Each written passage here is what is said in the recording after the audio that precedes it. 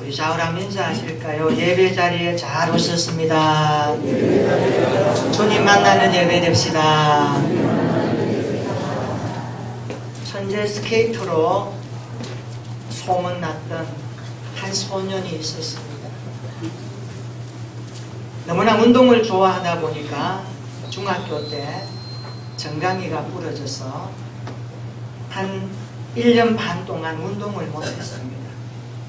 고등학교 때에는 오른쪽 발목이 부러졌고 인대까지 찢어졌습니다. 이후에 손목과 허리에도 큰 상처를 입었던 한 소년이었습니다. 그러나 이 소년은 넘어질 때마다 오뚜기처럼 다시 일어났습니다. 소년의 실력은 점점 더 발전해 가기 시작했습니다. 2012년도 제1회 겨울 유스올림픽 쇼트트랙 남자 500m에서 금메달을 땄습니다. 1000m에도 금메달을 땄습니다. 2017년도 전국 남녀 종합 쇼트트랙 선수권 대회에서 남자부로 출전해서 종합 우승까지 했습니다. 2018년도 평창 동계 올림픽 쇼트트랙 남자 1500m에서 금메달을 따면서 세계 최고가 되었습니다. 이 선수의 이름이 바로 임효준 선수입니다. 기자가 우승 소감을 물을 때 그는 이렇게 대답합니다. 그동안 힘든 순간이 참 많았습니다. 포기하고 싶은 순간도 여러 날이었습니다. 그러나 주변에서 사람들이 이렇게 나에게 격려했습니다. 너의 실력을 의심하지 말라. 너는 잘할 수 있을 거야. 그 말을 항상 머리와 가슴에 새기고 운동하여 오늘 여기까지 오게 되었습니다. 나의 목표는 세계 최고가 되는 올림픽 메달을 따는 것입니다. 그 목표가 나를 여기까지 이끌어 왔습니다. 그렇게 소감을 말합니다. 그렇습니다. 우리 그리스도인들의 목표는 무엇일까요? 그것은 천국입니다. 우리가 천국의 그날을 향하여 오늘 뚜벅뚜벅 걸어가고 있습니다. 우리 모두 천국까지 잘 완주할 수 있는 믿음의 그리스도인들이 되기를 축원합니다. 오늘 우리의 예배가 주님께 향하는 예배가 되기를 축복합니다. 살아있고 말씀하시는 주님을 만나는 복된 예배가 되기를 진심으로 축원합니다. 하나님은 시대마다 사람들을 부르십니다. 그리고 사용하십니다.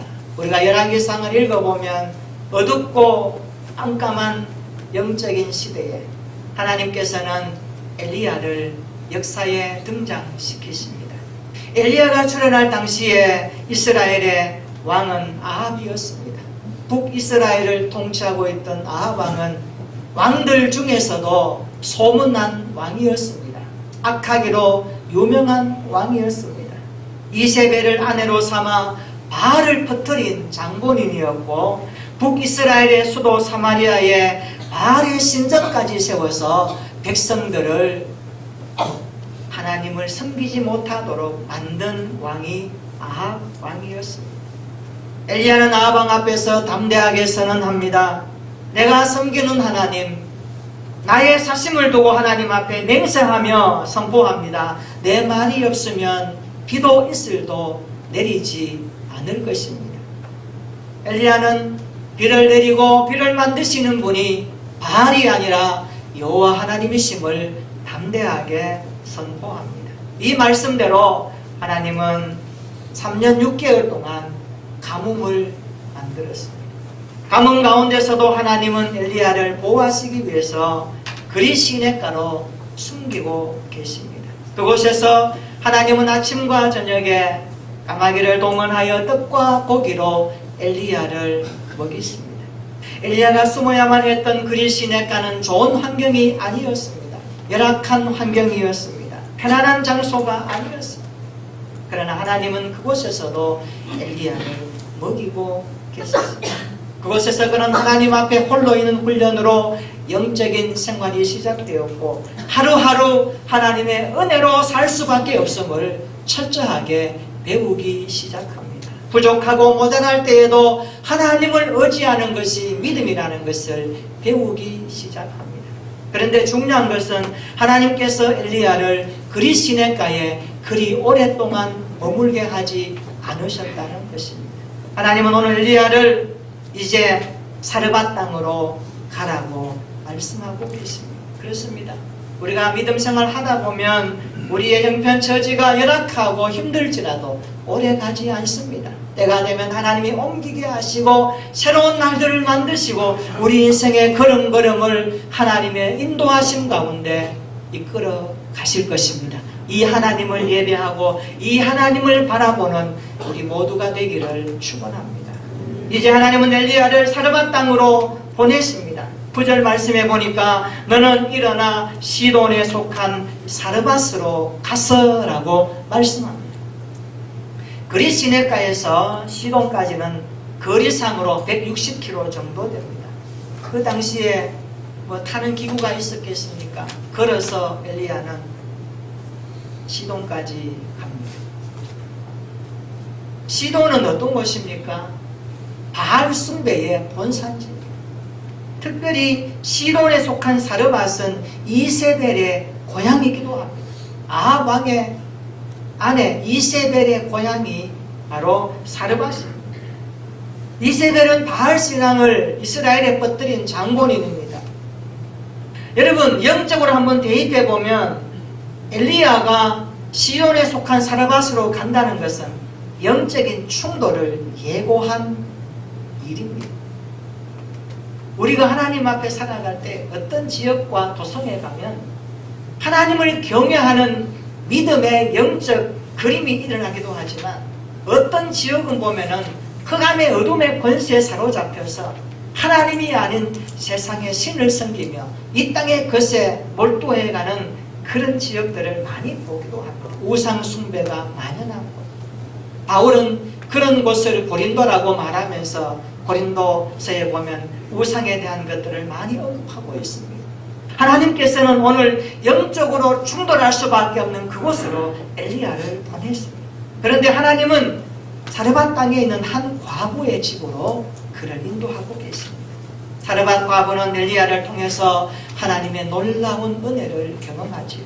특별히 열왕기상 17장 1절에 보면 엘리야를 가리켜서 디셉 사람이라고 표현했는데 열왕기상 17장 24절 오늘 읽은 본문에 보면 디셉 사람 엘리야를 이 여인이 말하기를 하나님의 사람이라고 말합니다. 하나님의 사람. 오늘 본문의 말씀 같이 한 번 더 읽어보겠습니다. 시작. 여인이 엘리야에게 이르되 내가 이제야 당신은 하나님의 사람이시요 당신의 입에 있는 여호와의 말씀이 진실한 줄 아노라 하니라. 이 말씀에서 보면 하나님의 사람은 누구를 가리키는가? 여호와의 말씀을 진실히 믿고 그 말씀이 그대로 이루어지는 것을 믿고 살아가는 사람임을 확인할 수 있습니다. 18절에도 보면 하나님의 사람이여 라고 말하지만 그 18절에 나오는 하나님의 사람이라는 표현은 이 여인이 엘리야를 향한 불평 섞인 원망의 표현이었습니다. 그러나 24절에 나오는 이제야 당신은 하나님의 사람으로 말할 수 있을 정도로 그의 고백이 확신에 찬 것을 말하고 있습니다. 무엇이 여인을 통하여서 엘리야에게 당신은 이제야 하나님의 사람임을 내가 압니다. 내가 당신을 겪어보니까 당신의 인생을 들여다보니까 짧지만 이제야 당신이 하나님의 사람임을 고백할 수 있다라고 말했을까요? 3년 동안 있으면서 엘리야는 점점 하나님의 사람으로 자라갔던 것을 확인할 수 있습니다. 우리도 마찬가지입니다. 우리의 신앙생활을 하면서 시간이 가고 갈수록 나이를 먹으면 먹을수록 해가 거듭하면 할수록 우리의 믿음이 하나님의 사람답게 자라가는 성숙함이 있어야 될 줄로 믿습니다. 어린아이 신앙에서 장년의 신앙으로 자라갈 수 있는 믿음의 사람 되기를 진심으로 축원합니다. 따라서 합시다. 하나님의 사람으로 성숙합시다. 그런 믿음 생활 되기를 축원합니다. 바울도 믿음의 아들 디모데에게 이렇게 표현합니다. 오직 너 하나님의 사람아. 오직 너 하나님의 사람아. 이 이름이 우리 크리스찬들에게 붙어 다니기를 축원합니다. 오직 당신은 하나님의 사람입니다.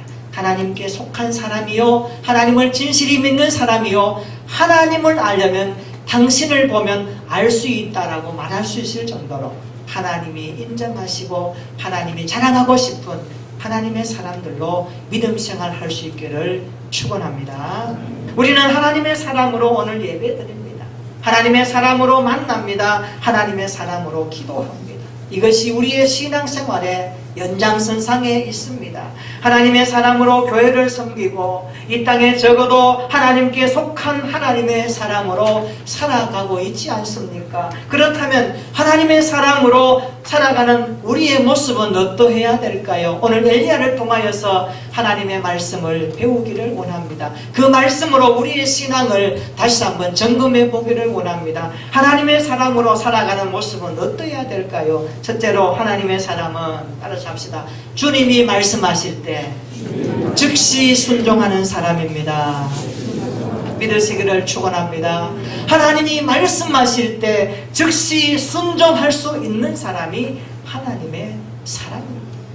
내 인생의 주인이신 하나님께서 나에게 무슨 말씀을 하시든지 즉시 순종하는 믿음이라면 그 사람은 하나님의 사람이라고 할 수 있습니다. 왜요? 하나님의 말씀을 생명처럼 믿기 때문에 그렇습니다.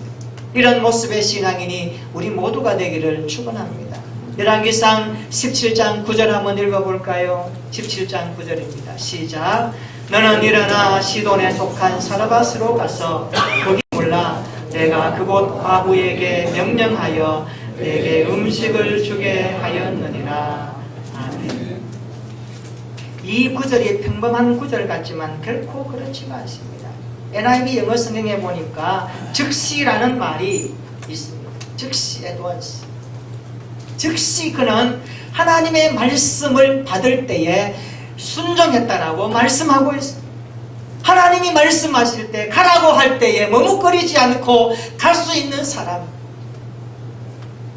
그것이 영적으로 흑암이 드리운 곳일지라 하더라도 가면 충돌을 피할 수 없고 내 삶에 어려움이 있는 것을 알고 있을지라도 하나님이 말씀하시면 갈 수 있는 사람이 엘리야였습니다.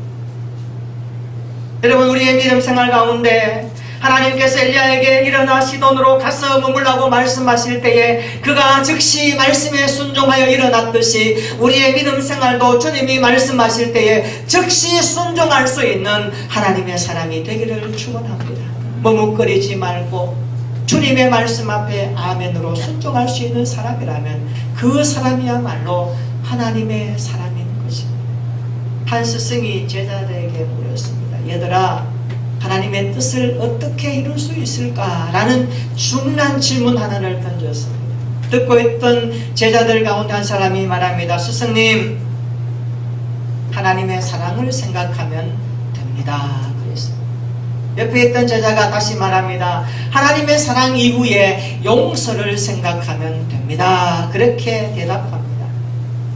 그때 듣고 있던 한 제자가 이렇게 말합니다. 아니요, 하나님의 뜻을 이루려면 십자가 위에서 순종하신 예수님을 바라보고 살아야 합니다. 그렇게 고백했습니다. 그렇습니다. 하나님의 뜻 앞에, 하나님의 말씀 앞에 즉시 순종했던 주님을 따라가는 것이 하나님의 뜻을 이루는 신앙생활입니다. 오늘 저와 여러분들, 하나님은 주님께 말씀하실 때에 우리 예수님께서 즉시 그 말씀 앞에 순종하면서 엎드림으로 십자가 앞에 나아갔듯이 우리의 신앙생활이 하나님이 말씀하실 때에 즉시 순종하며 옮길 수 있는 믿음의 생활 되기를 축원합니다. 하나님의 뜻은 순종으로 이루어지기 때문입니다. 한번 따라서 하십시다. 하나님의 뜻은 순종할 때에 이루어집니다. 믿으시기를 축원합니다. 하나님의 뜻은 여기 있다 저기 있다 말하는 것이 아닙니다. 내가 하나님의 말씀 앞에 즉시 순종할 때 그것이 하나님의 뜻이 이루어지게 됨을 믿으시기를 바랍니다. 오늘 하나님은 엘리야를 통하여서 즉시 순종하는 그 모습을 통하여 이후에 보면 하나님의 놀라운 기적 역사를 이루시기 위한 것을 볼 수가 있습니다. 주님께서 말씀하실 때에 즉시 순종할 수 있는 저와 여러분들의 신앙이 되기를 축원합니다. 두 번째로 하나님의 사람은 우선순위를 따라서 살아가는 사람을 말합니다. 우선순위가 무엇입니까? 중요한 것을 잘 정할 줄 아는 사람을 말합니다. 우선순위가 잘 정해져야 합니다. 우리는 엘리야가 사르밧 과부와 나눈 대화 속에서 우선순위를 보게 됩니다. 열왕기상 17장 13절 우리 같이 한번 읽어볼까요? 열왕기상 17장 13절 시작. 엘리야가 그에게 이르되 두려워하지 말고 가서 내 말대로 하려니와 먼저 그것으로 나를 위하여 작은 떡 한 개를 만들어 내게로 가져오고 그 후에 너와 내 아들을 위하여 만들라. 아멘. 이 구절을 보면 먼저 해야 할 것과 그 후에 해야 할 것이 나옵니다. 우리 신앙인들은 먼저 해야 할 것을 해야 됩니다. 그리고 나중에 해야 할 것을 나중에 해야 됩니다. 우선순위가 바꿔버리면 문제가 생깁니다. 엘리야는 사르밧 과부에게 먼저 작은 떡 한 개를 만들어 가져오면 그 후에 하나님께서 필요한 모든 것을 채워주실 것이다 라고 말씀하고 있습니다.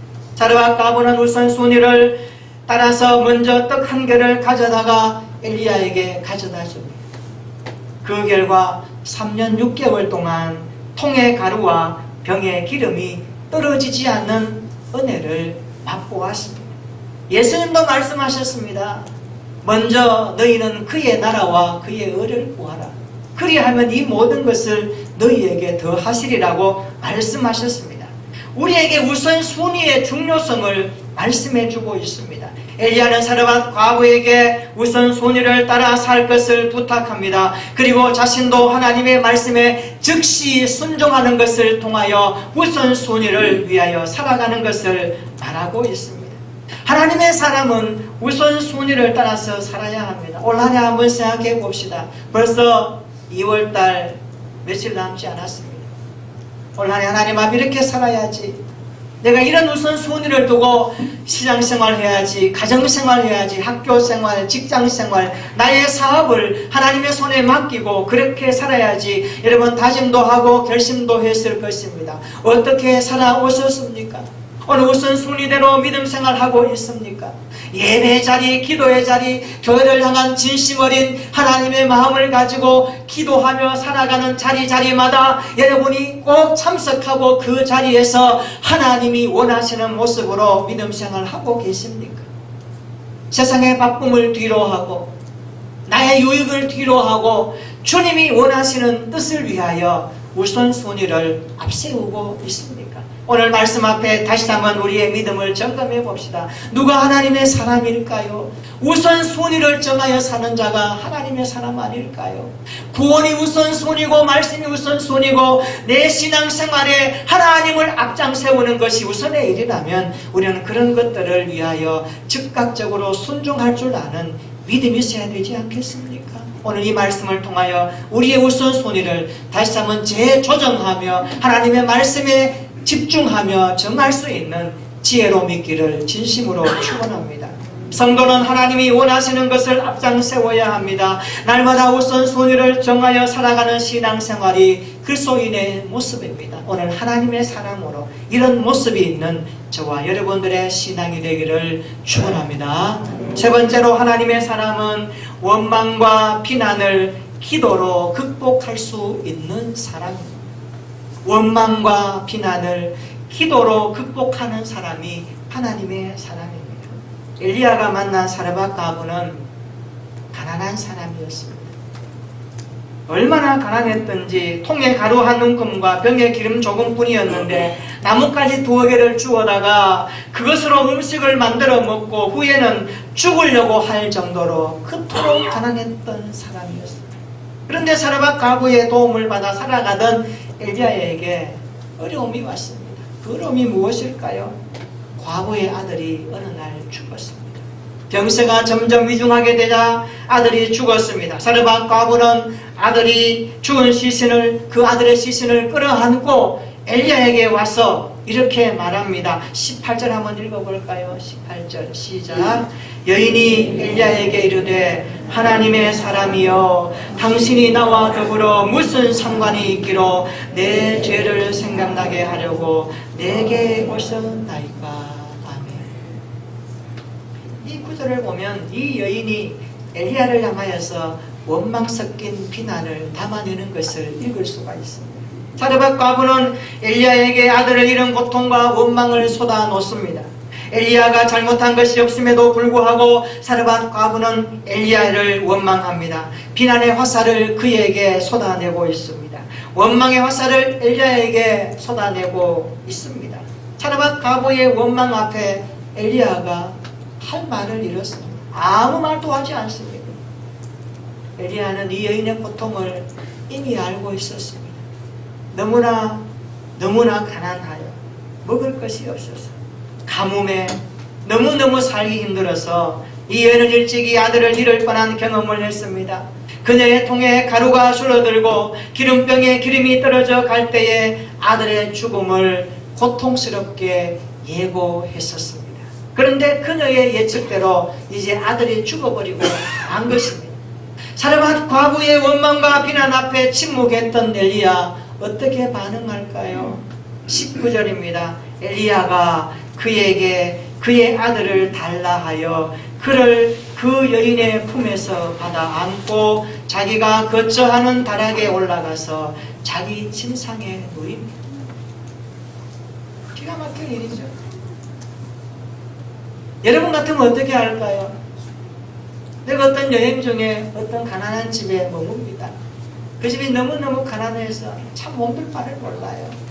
그런데 그 집에 큰 문제가 생겨요. 이 아들이 죽는 것과 같은 큰 문제가 생겨서 그것을 바라보는 이 사람의 마음이 어떨까요? 엘리야의 마음이 그런 심정 아니겠어요?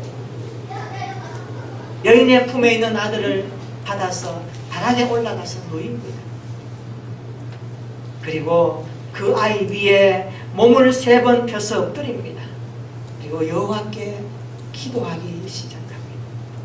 여호와여, 원하건대 이 아이의 혼으로 그의 몸에 돌아오게 하옵소서. 쉽게 말하면 하나님 이 아이를 살려주시옵소서. 엘리야의 간절한 기도가 시작됩니다. 그 다락방에서 엘리야는 죽은 아이를 끌어안고 기도하기 시작합니다. 그 아이의 몸 위에 몸을 3번 엎드리고 여호와께 부르짖어 기도합니다. 엘리야는 그 문제를 끌어안고 기도하기 시작합니다. 다락에 올라가 기도하기 시작합니다. 어떻게 되었을까요? 22절입니다. 한번 읽어볼까요? 22절 시작. 여호와께서 엘리야의 소리를 들으심으로 그 아이의 혼이 몸으로 돌아오고 살아난지라. 할렐루야. 오늘 또 이런 기적이 일어날 줄로 믿습니다. 하나님은 그때도 하나님이시고 오늘도 하나님이십니다. 하나님은 어제와 오늘이나 영원토록 변하지 않으시는 하나님이십니다. 엘리야는 기도의 사람이었습니다. 골방에서 기도했습니다. 원망과 비난을 받을 때에 그는 기도로 극복했던 사람이었습니다. 아픔이 있을 때 그것을 끌어안고 기도할 수 있다면 그 사람이야말로 하나님의 사람이 아닐까요? 같이 원망하지 말고 비난하지 말고 그 상대방의 아픔을 끌어안고 엘리야의 마음을 가지고 여호와께 엎드려 기도할 수 있다면 그 사람이야말로 우리 시대에 살아있는 엘리야 영성을 가진 그리스도인 아니겠습니까? 오늘 저와 여러분들에게 묻고 싶습니다. 여러분 주위의 환경 가운데 원망과 비난의 화살을 쏘아올 때에 어떻게 반응하십니까? 오늘 엘리야처럼 그 문제를 끌어안고 여호와 앞에 엎드려 기도할 수 있는 하나님의 사람이 되었으면 좋겠습니다. 기도만이 살 길이요, 기도만이 능력이요, 기도만이 부흥이요, 기도만 우리 인생을 살아계신 하나님 앞에 나아게 하는 축복의 통로임을 믿는다면 우리 모두가 원망과 비난 앞에서도 기도로 극복할 수 있는 하나님의 사람이 되기를 진심으로 축원합니다. 따라서 합시다. 원망과 비난이 올 때에 기도로 극복하겠습니다. 이런 믿음으로 승리하시기를 축원합니다. 날마다 하나님의 사람으로 우리는 살아가야 합니다. 성숙해야 합니다. 어떤 모습으로 살아갈까요? 하나님이 말씀하실 때에 즉시 순종합시다. 그리고 우리 인생의 우선순위를 말씀에 두고 살아가십시다. 먼저 해야 될 것, 나중에 해야 될 것을 분명하게 정하면서 살아가십시다. 그리고 원망과 비난을 만날 때마다 하나님 앞에 엎드려 기도하여 하나님 살아계심을 더 깊이 체험하는 믿음의 사람, 하나님의 사람으로 살아가는 우리 모두가 되기를 축원합니다. 그래서 오늘 우리 시대 가운데 이런 아픔과 어려움을 겪고 있는 세상 많은 사람들에게 하나님은 살아계시다. 엘리 하나님은 나의 하나님이시다. 담대하게 고백하며 그 하나님의 이름을 높이며 찬양하며 이번 한 주간도 주와 함께 동행하는 저와 여러분들의 신앙생활 되기를 예수님의 이름으로 축원합니다. 아멘. 우리 함께 기도하십시다.